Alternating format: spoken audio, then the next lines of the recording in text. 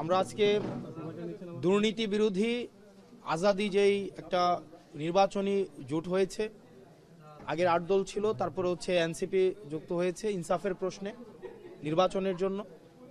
তো আজকে আমরা কুমিল্লা 4 দেবিদ্বার থেকে জাতীয় নাগরিক পার্টির পক্ষে আমি হাসনাত আব্দুল্লাহ মনোনয়ন জমা দিয়েছি। আজকে এখানে উপস্থিত আছেন জাতীয় নাগরিক পার্টির নেতাকর্মী সহ বাংলাদেশ জামাতে ইসলামের দেবিদ্বার উপজেলা আমির অধ্যাপক শহীদ স্যার।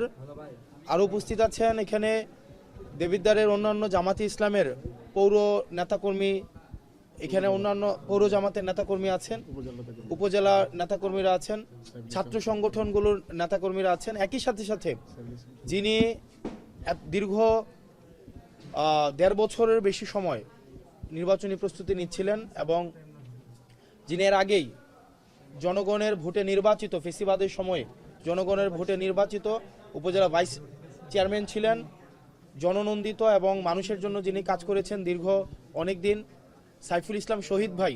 উনি এই জোটের জন্য ইনসাফের প্রশ্নে উনি ওনার মনোনয়ন প্রত্যাহার করে নিয়ে উনি যে উদারতার পরিচয় দিয়েছেন সেটি আমরা আমাদের পরবর্তীতে কার্যক্রম, আমাদের ইনসাফের প্রতি আমাদের কমিটমেন্ট, দেশের প্রতি আমাদের কমিটমেন্টের মধ্য দিয়ে ওনার প্রত্যাহারের প্রতি আমরা আমাদের মর্যাদা অবশ্যই রাখবো ইনশাআল্লাহ। উনি যে উদারতার পরিচয় দিয়েছেন, আমরা বিভিন্ন সময় দেখেছি বিভিন্ন জায়গায় মনোনয়ন প্রত্যাহার করার ক্ষেত্রে বিভিন্ন ধরনের জটিলতা তৈরি হয়। সেই ক্ষেত্রে দেখা যায়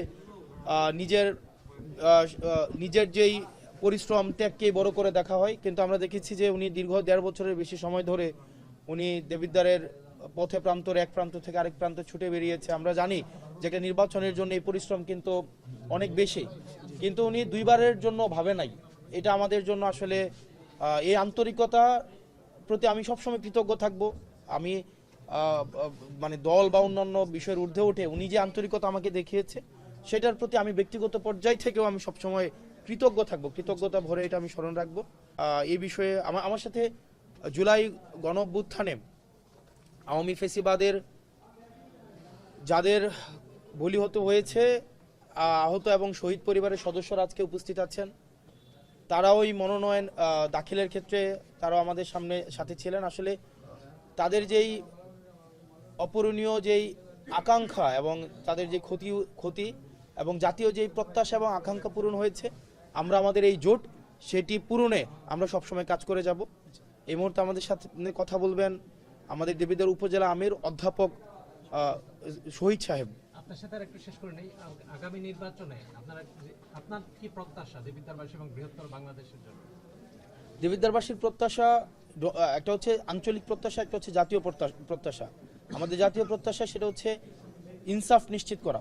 হাদি ভাই শহীদ হয়েছে, এই যে আগ্রাসন বিরোধী যে আন্দোলন উনি অব্যাহত রেখেছিলেন, সেটির কারণে আধিপত্যবাদী যে শক্তি আছে তারা তাকে শহীদ করেছেন। একই সাথে সাথে আমরা দীর্ঘ 17 বছরের বেশি সময় আমরা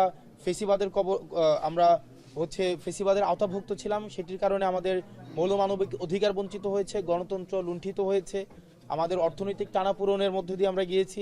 সেই জায়গা থেকে আমরা অর্থনৈতিক মুক্তি, একই সাথে সাথে আমাদের ভোটাধিকার নিশ্চিত হচ্ছে, সেটি যেন সার্বজনীনতা পাই, সেই জায়গাটি আমাদের হচ্ছে মূল লক্ষ্য থাকবে। একই সাথে সাথে রাষ্ট্রের স্থানীয় থেকে জাতীয় পর্যায়ে সব জায়গায় যেন ইনসাফ প্রতিষ্ঠিত হয়, দুর্নীতি যেন মুক্ত হয়। আমাদের দুর্নীতি বিরোধী যেই আমাদের এই জোটের যে মনোভাব সেটি আমরা প্রতিষ্ঠিত রাখবো।